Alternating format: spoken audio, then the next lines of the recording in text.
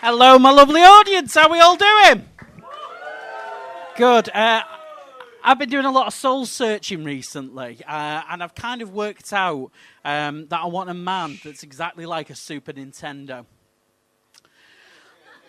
By that, I mean classic design, simple to control, and if things aren't quite working properly, take it out, give it a blow, and put it back in. And if things still aren't working properly, just turn it off at the switch like we did with Grandad. But as you can probably tell, I'm a bit more of a retro gamer. I don't really like the games that they play nowadays because you go online and, somebody threatens you with violence and calls you a faggot. If I wanted that, I'd just go back to church. I'm a big fan of Super Mario. That's probably my favourite game. A little bit disappointed, though, because, the only time I've ever seen a plumber move that fast is when I mentioned out-of-hours call-out charge. In the game, you stamp on a turtle and you get a gold coin, and I did the same and got banned from Chester Zoo. But you've probably noticed from when I've set foot on the stage that I'm what you'd call fat. But it's okay. I'm one of those fat people that knows that they're fat. It's all right. I actually did manage to lose some weight last year. I managed to lose 4 stone. I'm always unsure when I do that on stage what response I'm going to get. Like you lovely people, I always kind of want to go, thank you very much, but it's not my intervention.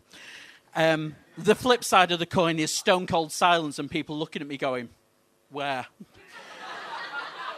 But I managed to lose 4 stone, and I did it through joining a local gym. And I got down there, and the minute I was through the door, there was some young man boy named Kyle in tight lycra outfit. And it was so tight that, quite frankly, I could tell his religion. But Kyle's all about the upsell, though. Kyle is trying to get me to sign up for personal training. And he's like, if you sign up for personal training, you're going to have much more confidence in front of rooms of people speaking. Kind of all right on that front, Kyle. Thanks anyway. He goes, if you go for the upsell, if you go for the personal training, you're going to be able to afford clothes that fit much better. Pot kettle black, Kyle. And then he goes in for his killer sales pitch, and he goes, if you go for personal training, you're going to have much more confidence with the ladies. Know your fucking audience, Kyle. I've been making eye contact with your bollocks for the last 20 minutes.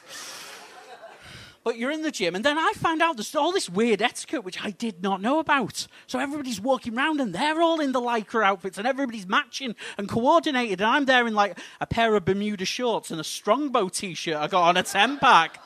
I'm like, no, this is wrong. And all the gym, all the different machines, they've all got the things. And I'm like, God, it's like that German sex dungeon video happened across once. And then even the machines, there's etiquette for them as well. It's like, okay, so that's where you put your water, that's where you put your phone, and I think this is where you put your quavers. Then I realised the mistake that I'd made. It was cylindrical. It's where you put your Pringles. And they've got all the big beefy guys as well down the gym. And they're like, oh, back day, chest day, leg day. Never skip leg day. And I'm like, bitch, when you're fat, every day is leg day. It's carrying the rest of the weight. But I lacked the one thing that I needed to really make the gym work for me. And that was motivation. Because it wasn't for me. I'll be honest. I think last year I probably used my Blockbusters card far more than I used my gym card. But by the end of it, Kyle had signed me up for personal training. I had the direct debit that I was already paying for. And I had the matching lycra outfit as well. So I could no longer afford food. So I lost 4 stone. But I did manage to get a Hanukkah card from Kyle, so, mazel tov. Ladies and gents, you've been fantastic. I always confuse acts, so, sometimes when I get on stage, because, I talk quite openly about sexuality and things like that, and people look at me and go, so are you really gay, or is it just something you do for effect on stage? And I go, well, if I'm not, getting bummed for the last 20 years was probably a bit of a mistake. But they look at me and they go, so, you know, you've got this whole LGBTQ RSVP spectrum these days. Where do you fall on that? And I go, right, okay, let's clear this up now. I am one of the Bs.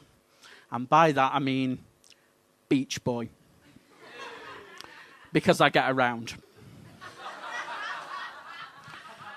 I'll look at some people, I'll try to work out if they are straight or if they're gay. And I'll kind of go, God only knows. But wouldn't it be nice? Doesn't really matter, though, because at the end of the day... Thank you. At the end of the day, I've got a device at home. And that's helping me pick up good vibrations. Ladies and gents, you've been fantastic. Thank you.